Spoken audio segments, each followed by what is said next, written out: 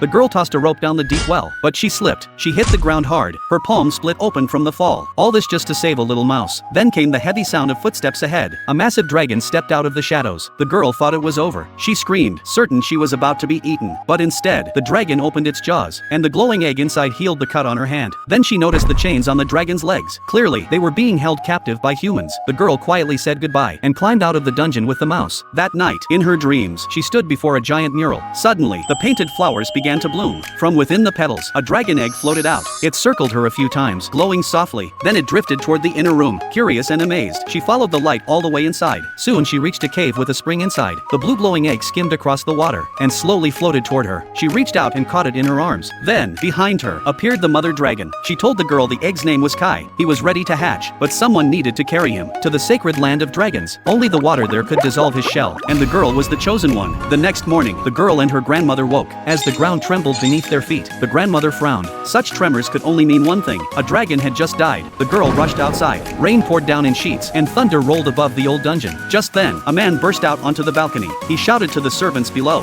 "Get rid of the dragon's body." The girl followed in silence. What she saw made her freeze. The servants were hauling out the dragon's corpse and tearing it apart piece by piece. Her heart sank. That moment, she made a promise to herself to finish what the mother dragon asked of her in the dream.